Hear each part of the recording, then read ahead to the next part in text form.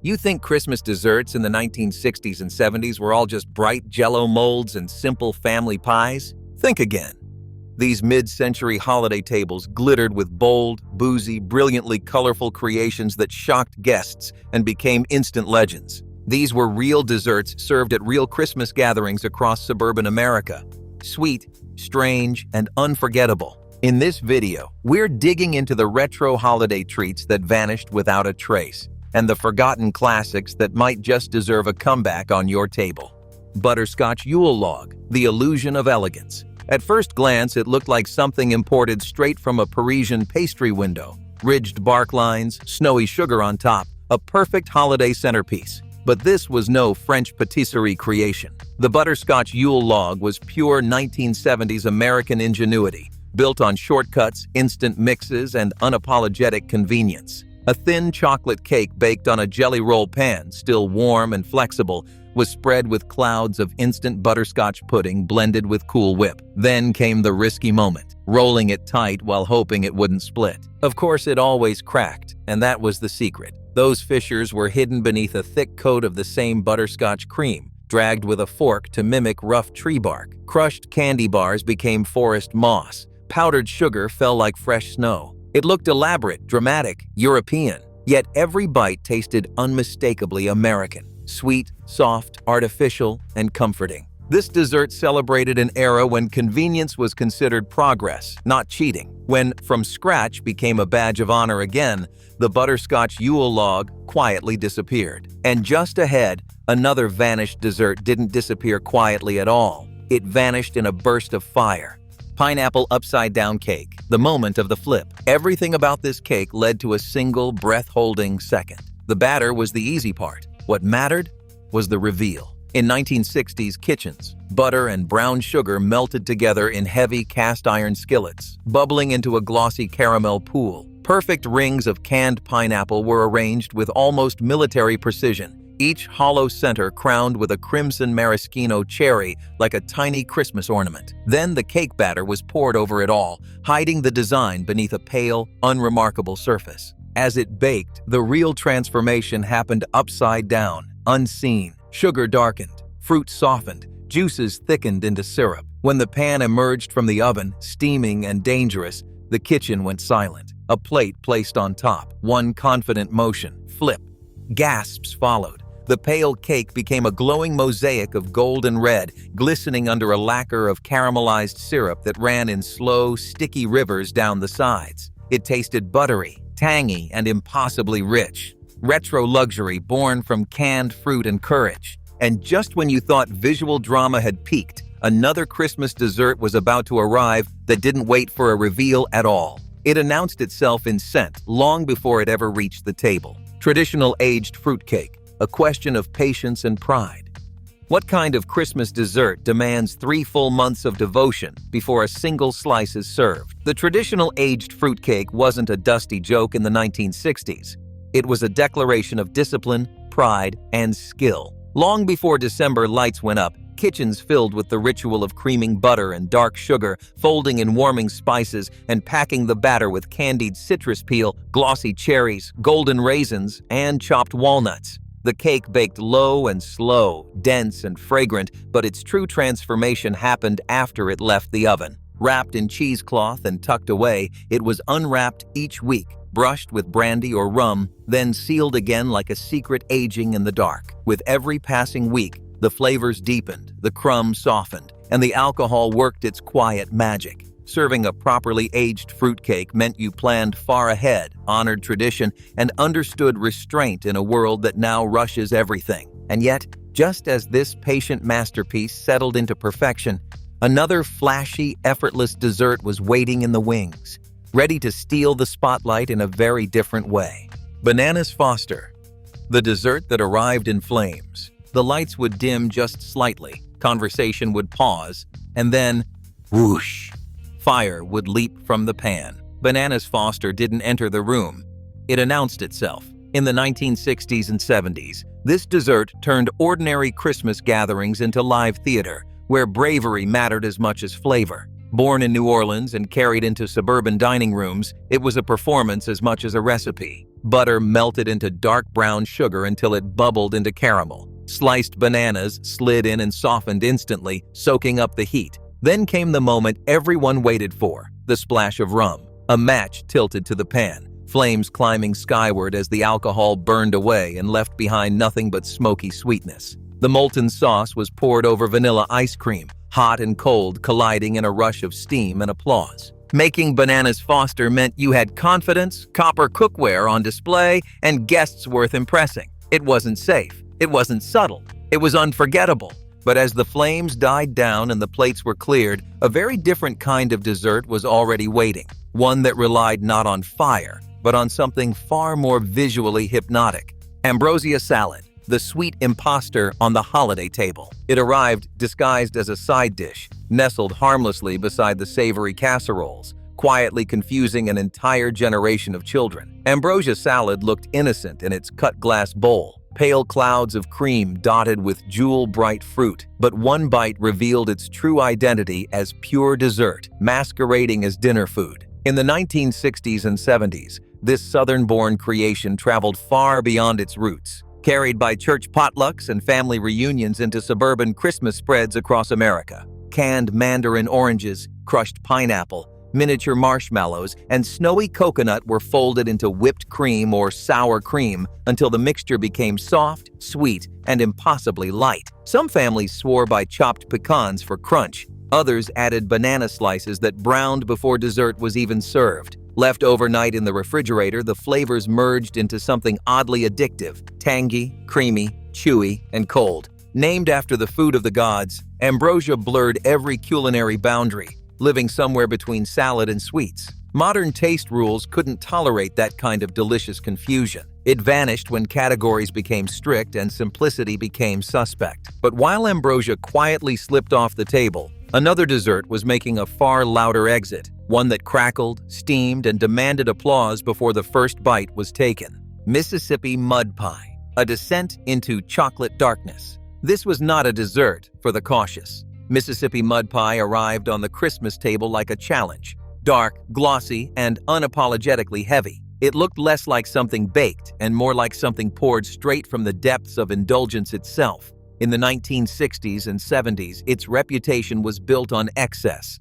and it wore that excess proudly. The foundation began with a crushed Oreo crust, pressed thick and tight with melted butter. Above it came a dense, nearly truffle-like chocolate filling made from melted chips, sugar, eggs, and butter, sometimes sharpened with a quiet splash of bourbon or coffee liqueur. Once baked just enough to set into a crackled surface, miniature marshmallows spread across the top and were quickly broiled until swollen and toasted. Then, as if it still wasn't rich enough, a final curtain of chocolate ganache poured over everything, sealing the layers into a single unstoppable force. Each slice collapsed into itself, crunchy, gooey, molten, and silky all at once. It was messy. It was dramatic. It was unforgettable. But as spoons scraped the last dark traces from the plate, a very different kind of dessert was setting quietly in the refrigerator. One bright, airy, and suspiciously green. Black Forest cake, a borrowed elegance with a secret inside. At first glance, it promised Europe. Dark layers, snow-white cream, scarlet cherries bleeding softly into the frosting like hidden jewels. Black Forest cake arrived on American Christmas tables as a symbol of worldliness in the 1970s, even when most versions had never seen Germany. What mattered wasn't authenticity. What mattered was how it looked. Home bakers stacked chocolate cake layers, often from a trusted box mix made richer with extra eggs and oil. Between those layers went canned cherry pie filling, sweet whipped cream, and sometimes even chocolate pudding for added indulgence. Everything was smothered in more whipped cream, then pressed with chocolate shavings clinging to the sides. On top, perfectly spaced maraschino cherries stood like ornaments on fresh snow. It tasted sweeter and heavier than its old-world ancestor, but it photographed beautifully on holiday tables, especially under dining room chandeliers. Serving it meant you had attempted something European, something refined, even if every shortcut was proudly American. Black Forest cake didn't disappear because it lacked flavor. It vanished when shortcuts became unfashionable and perfection became mandatory. And yet the next dessert didn't aim for elegance at all. It exploded onto the table with sheer size, unapologetic richness, and a surface so glossy it looked almost dangerous to touch. Texas sheetcake, the chocolate that refused to be small. This cake never whispered its presence. It arrived in a full-sized sheet pan, steaming, glossy, and impossible to ignore. Texas sheetcake wasn't about delicate slices or polite portions. It was about abundance. In the 1960s and 70s, it ruled church potlucks, school functions, and Christmas gatherings where feeding a crowd mattered just as much as impressing them. Unlike most cakes, it began on the stovetop. Butter, cocoa powder, and water boiled together into a dark, fragrant liquid before being rushed into flour and sugar. The batter spread thin across a wide pan and baked fast, creating a soft, tender crumb. But the real moment of power came next, the frosting. While the cake was still scorching hot, a second boiled chocolate mixture was poured straight over the surface. It seeped into every crack, forming a fudgy skin that fused permanently with the cake beneath. Pecans scattered across the top added crunch to the molten shine. Each square was thin, rich, and dangerously easy to eat in multiples. One pan could disappear shockingly fast. Texas sheetcake proved that bigger truly was better. But just beyond this chocolate giant waits a dessert that went even further. One so dark, so layered, so unapologetically excessive that it was named after the very mud of a famous river. Pumpkin bread loaf, the quiet gift that spoke for you. It never arrived on a cake stand. It was never sliced with ceremony. Pumpkin bread slipped into homes wrapped in red and green foil, still warm from the oven, handed over at the door like a secret between neighbors. In the 1970s, this dense, spice-heavy loaf wasn't trendy. It was practical generosity, baked by the dozen in December kitchens that smelled like cinnamon, cloves, and warm sugar. Canned pumpkin met oil, eggs, and a blend of white and brown sugar, creating a batter so thick it moved slowly in the bowl. Spices gave it depth. Walnuts added quiet crunch. Once baked, the interior stayed impossibly moist for days, almost pudding-like, never dry, never crumbly. It didn't demand frosting or decoration. Its power was in its restraint. Women wrapped these loaves for teachers, mail carriers, neighbors, and distant relatives. Edible proof that someone had thought ahead for you. No credit was expected, no applause required. This humble loaf thrived on generosity and repetition, not spectacle. And yet, as simple gifting faded from the season, pumpkin bread slowly followed. But coming next is a dessert that chased the exact opposite of quiet. One that aimed straight for elegance, borrowed from Europe, and dared to look impossibly sophisticated on a glass cake stand. Watergate salad, the scandal you could eat. It arrived glowing an impossible shade of green, carrying a name whispered with political mischief and party table curiosity. Watergate salad didn't just sit in the refrigerator. It waited, quietly setting overnight into a fluffy, softly jiggling mystery. No one really knew where its name came from, but everyone knew exactly how it tasted. Sweet, cold, artificial, and strangely irresistible.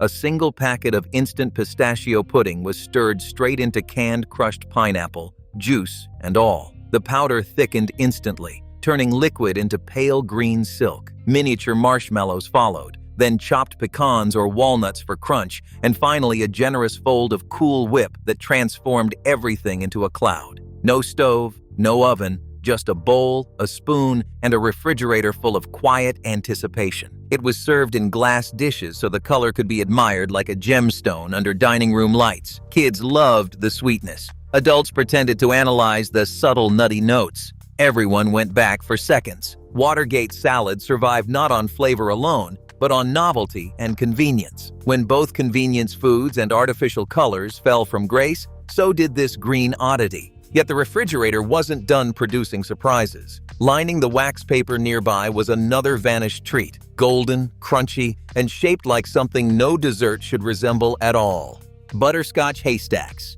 The no-bake treat that shouldn't have worked, but did. At first glance, they looked more like tiny bird nests than Christmas desserts. Crooked, crunchy, and tangled. Butterscotch haystacks were the rebels of the 60s and 70s holiday table. The kind of treat that made guests pause, tilt their heads, and then immediately grab a second one. Their magic wasn't elegance. It was the strange thrill of a dessert that broke every rule and still tasted unbelievably good. The recipe was almost suspiciously simple. Butterscotch chips melted into molten gold with a scoop of peanut butter, forming a glossy sweet base. Into this warm mixture went crunchy chow mein noodles straight from the can. Yes, the same ones meant for savory dishes. They coated themselves in the butterscotch like brittle little twigs dipped in caramel. Spoonfuls were dropped onto wax paper, where they hardened into jagged clusters that snapped loudly when bitten. Sweet, salty, crunchy, and oddly addictive, they vanished faster than any fancy cake. But why did such a bizarre combination disappear? Maybe flavor trends changed. Maybe people became nervous about weird recipes. Or maybe something else pushed these golden stacks off Christmas tables. Because next comes a dessert that didn't just bend the rules, it shimmered, glowed, and wobbled its way into holiday fame. Divinity candy, the airy Southern challenge. Have you ever tried eating a cloud? That's what Divinity candy promised, though only the most patient hands could pull it off. This Southern confection was the ultimate test of timing, precision, and weather intuition.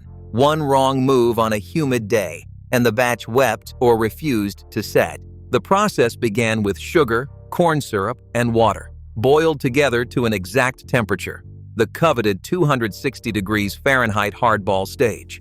Meanwhile, egg whites whipped in a mixer until stiff peaks formed, gleaming like snow. The hot syrup was poured slowly into the whites, creating glossy, marshmallow-like clouds that begged for pecans to be folded in. Every spoonful dropped onto wax paper became a small, ethereal sculpture. Crisp on the outside, soft and chewy within, sweet with just a whisper of nuttiness. Divinity candy was more than dessert. It was bragging rights. Only a grandmother willing to check the weather, plan her afternoon, and handle molten sugar could succeed. On Christmas, the candies gleamed like tiny angels on the dessert plate. And just when you thought the holidays couldn't get more daring, the next treat promised to add a hint of mischief. A cake with a hidden, boozy secret waiting to be discovered. Harvey Wallbanger cake. When cocktails became dessert. What happens when a classic 70s cocktail jumps from glass to cake? Enter Harvey Wallbanger cake, a dessert that brought boozy flair right to the holiday table. Bright, citrusy, and dangerously smooth, it wasn't just a cake, it was a conversation starter, a party in itself. The magic started with a yellow cake base mixed with instant vanilla pudding, eggs, oil, orange juice, and a healthy splash of Galliano. The herbal liqueur gave the batter a golden glow and a subtle anise kiss that made every bite distinctly adult. Once baked, the cake didn't stop there. Tiny holes were poked across its warm surface, into which a glaze of powdered sugar, more orange juice, and yet more Galliano was poured, creating pockets of fragrant, sweet, boozy indulgence. Serving this cake was a statement. You were bold, modern, and slightly mischievous. It sat proudly next to cocktail glasses on sideboards, daring anyone to resist a second slice. And as the candles flickered on Christmas tables, a new dessert loomed on the horizon, one that soaked itself in dark rum and whispered promises of decadence that bordered on sinful. Bikardi rum cake, the soaked sensation. Can a cake really be liquid gold? That was the promise of Bikardi rum cake, a dessert that turned humble ingredients into a boozy, indulgent masterpiece. This wasn't a treat for the faint-hearted. Every slice carried warmth, aroma, and the unmistakable kick of dark rum. The process began with a simple yellow cake mix, enhanced with instant vanilla pudding, eggs, oil, water, and of course, a generous pour of Bikardi rum. Chopped pecans or walnuts lined the bottom of a greased bundt pan, adding crunch and texture before the batter poured in. But the real magic happened while the cake was still hot. Holes were poked into its steaming surface, and a syrupy sauce of butter, sugar, water, and more rum was poured slowly, soaking every crumb. The cake absorbed it all, creating a moist, almost pudding-like texture with a glossy, nut-crusted exterior once inverted. This dessert wasn't just for eating. It was an experience, one that demanded attention, respect, and maybe even a designated driver. And just when you think the party can't get any wilder,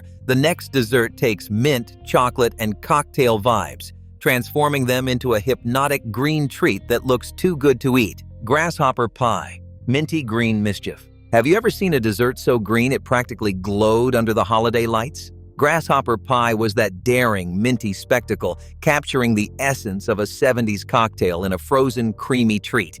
Its pale green filling teased the eye before the first forkful even reached the mouth.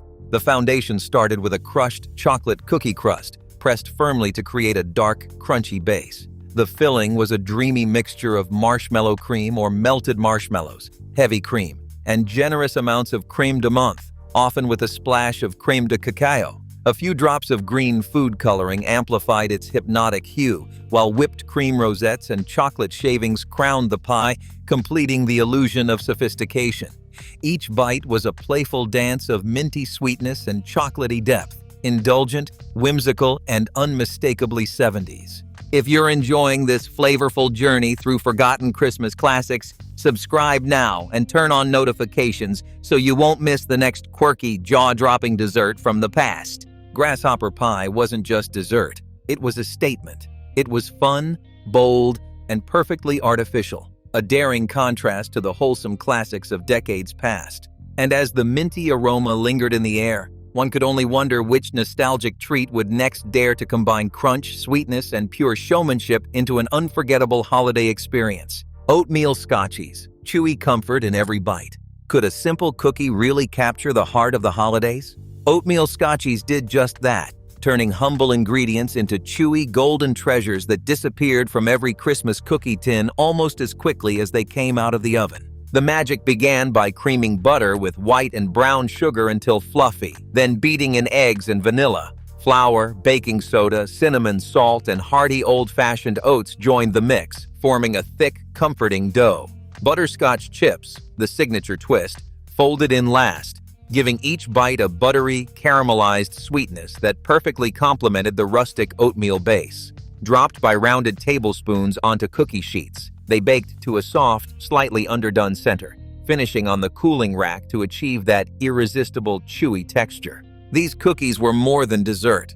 They were nostalgia in bite-sized form. Sweet, lightly spiced, and rich with butterscotch charm, they became a 70s holiday essential, a small indulgence that felt like a warm hug. And just as the scent of freshly baked oats faded from the kitchen, another layered marvel awaited. A dessert that claimed the title of actor among Christmas sweets, with gooey chocolate, marshmallows, and secret showmanship. Tomato soup fruitcake. The secret ingredient surprise. Could a humble can of tomato soup really transform into a Christmas masterpiece? In the 1960s, inventive homemakers dared to find out, turning this unlikely pantry staple into a moist, tender fruitcake that kept holiday tables buzzing with curiosity. The process started like any classic fruitcake. Butter and sugar creamed together, eggs beaten in, and a mixture of flour, baking soda, and warm spices folded in. Then came the surprise. An entire can of condensed tomato soup added moisture and subtle tang without leaving a tomato trace.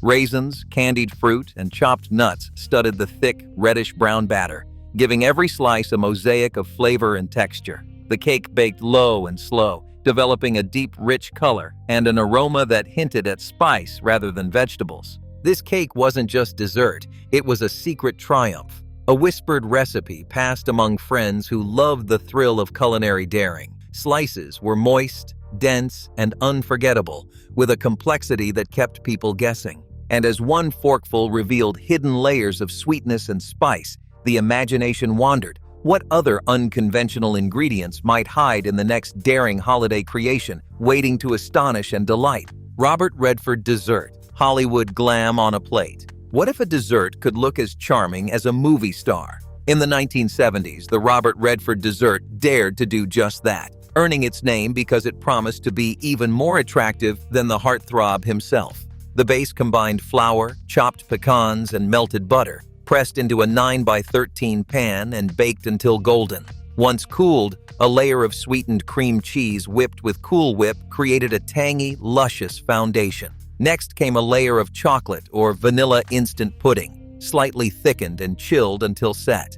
More Cool Whip crowned the dessert, forming soft peaks ready to embrace a final flourish of chocolate shavings, pecans, or drizzled chocolate sauce. Each layer offered a distinct flavor and texture, crunchy, creamy, silky, yet harmonized into a show-stopping creation. It wasn't just a dessert, it was a centerpiece, the kind that made neighbors whisper and potluck guests pause in admiration. Effortless yet impressive, it captured the era's love for convenience mixed with glamour. And as the layers enticed every eye, one question lingered. What other cinematic-inspired desserts were quietly waiting to steal the show next holiday season? Tunnel of fudge cake, the chocolate mystery. Have you ever bitten into a cake and discovered a hidden surprise? That's exactly the magic of the tunnel of fudge cake, the 1966 Pillsbury Bake-Off winner that turned ordinary chocolate baking into a suspenseful adventure. The outer layer was moist and rich, but the center held the secret, a molten, gooey tunnel of chocolate that seemed almost impossible to achieve. Butter and sugar were creamed to perfection, eggs folded in one by one, then flour, cocoa powder, and a box of Pillsbury's Double Dutch fudge frosting mix were added. Chopped walnuts completed the batter. Timing was everything. Baked too long, and the signature tunnel disappeared. Underbake, and the outer cake remained undercooked. Only precision allowed the magic to unfold. Slicing the cake revealed concentric rings, firm chocolate cake, fudgy layers, and the indulgent molten core. Each bite offered a thrilling contrast of textures that delighted every chocolate lover at the table. And as the last slice disappeared, a hush of curiosity lingered in the air. What other secret treasures could mid-century desserts hide, waiting to surprise the next daring baker? Magic cookie bars, Hello Dollies, the layered wonder. Ever wondered if a dessert could be almost effortless, yet endlessly satisfying? Enter Hello Dollies, also known as magic cookie bars, a 1970s phenomenon that transformed simple pantry staples into a dazzling layered treat. You'd start by melting a stick of butter directly in a 9x13 pan, tilting it so every corner gleamed with golden richness. Graham cracker crumbs pressed into the buttery layer formed a crunchy, buttery base. Then came the magic. Layers of chocolate chips, butterscotch chips, shredded coconut, and chopped nuts, each scattered deliberately, yet without fuss. Finally, a can of sweetened condensed milk poured over everything, seeping through every nook and cranny, binding the layers together into gooey perfection. Baked until golden and bubbling, the bars required patience only in chilling overnight to set properly. Each bite was a playful combination of crisp edges, chewy centers, and sweet, nutty harmony. A dessert that made kids and adults alike swoon. And just when you thought the layers had revealed all their secrets, a tantalizing thought remained. What other deceptively simple creations had vanished from holiday tables, waiting to be rediscovered? Baked Alaska, the fiery illusion. Can a dessert defy the laws of heat and cold? Baked Alaska did just that, a mid-century centerpiece that dazzled diners with its theatrical flair. A layer of sponge cake or pound cake formed the sturdy foundation, while a dome of ice cream perched precariously on top. The pièce de résistance?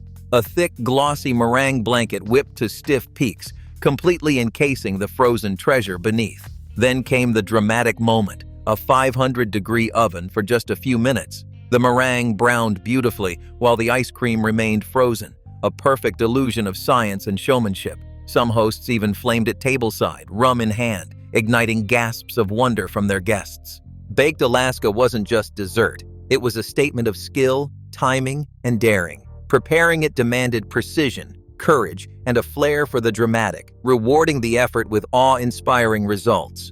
As the last spoonful disappeared, the question lingered. What other dazzling mid-century desserts balanced on the edge of danger and delight, waiting for the next adventurous host to revive them? Chocolate fondue, the interactive delight. Have you ever experienced dessert as a social event? Chocolate fondue transformed a simple sweet into a centerpiece of conversation, laughter, and indulgence. A pot of chocolate melted with heavy cream sat at the table, usually atop a gentle flame, keeping it warm and silky. Guests wielded long forks, dipping cubes of pound cake, strawberries, banana slices, marshmallows, and even brownies into the bubbling chocolate. Each swirl coated the morsel in rich, glossy decadence before it disappeared into eager mouths. The act of dipping, swirling, and savoring made the dessert an experience rather than just a dish. Fondue was more than chocolate. It was about participation, connection, and playful indulgence. It stretched over an hour,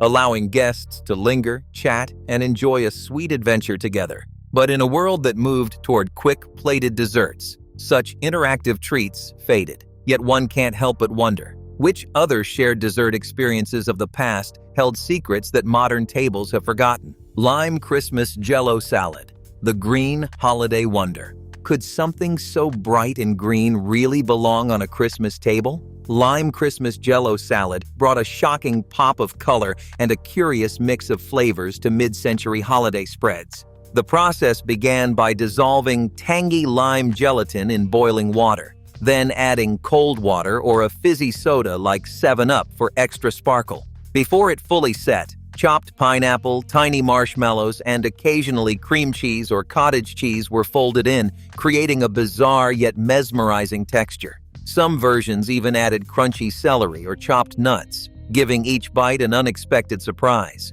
Poured into ring molds or glass dishes, it chilled overnight until firm, ready to amaze anyone brave enough to try it. If you're loving this trip back to quirky, colorful Christmas desserts, subscribe and hit the bell icon so you won't miss the next hidden gem from the 1960s and 70s. This sweet and slightly savory concoction straddled the line between salad and dessert, a true conversation starter at every holiday gathering. Its striking green hue shimmered alongside red cranberries and festive table settings, making it impossible to ignore.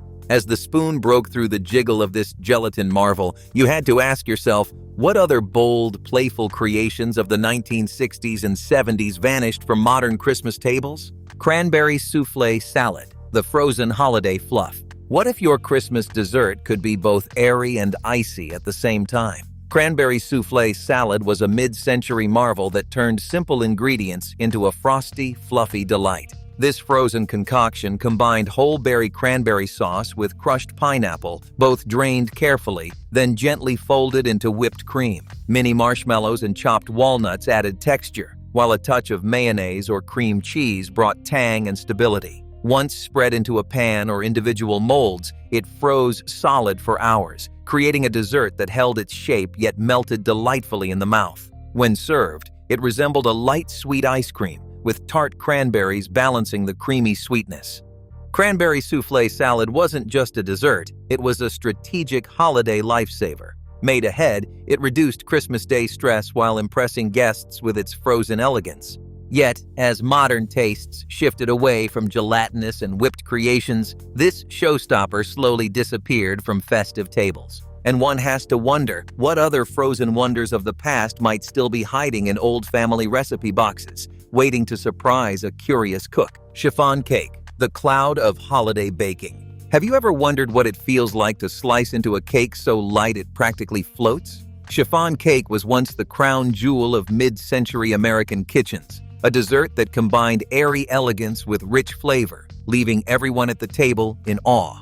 Developed in the 1920s and kept secret until General Mills released the recipe in 1947, this tall, fluffy creation bridged the gap between butter cakes and angel food cakes. Homemakers mastered the delicate folding of whipped egg whites into a flavored batter, orange, chocolate, or classic vanilla, creating a sponge that rose dramatically in the oven. Its texture was impossibly soft, almost ethereal, yet it held just enough structure to support light glazes or fruit toppings. Serving a perfect chiffon cake wasn't just baking, it was a statement of skill and sophistication, a chance to impress guests at holiday dinners or special occasions. But as the fast-paced 1970s pushed convenience over technique, this artful dessert gradually vanished from home kitchens, leaving only memories and old magazine clippings. And the question lingers. What other forgotten baking masterpieces might still hold the key to rediscovering the magic of holiday tables past? And there you have it, a journey through some of the most inventive, colorful, and utterly forgotten Christmas desserts of the 1960s and 70s.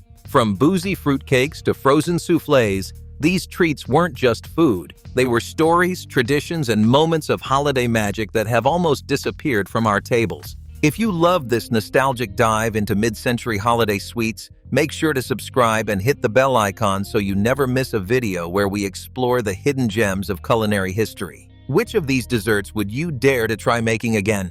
Drop your thoughts in the comments. We'd love to hear your holiday dessert memories. Stay tuned, because next we're uncovering even more lost classics that once made every festive table unforgettable. You won't want to miss what comes next.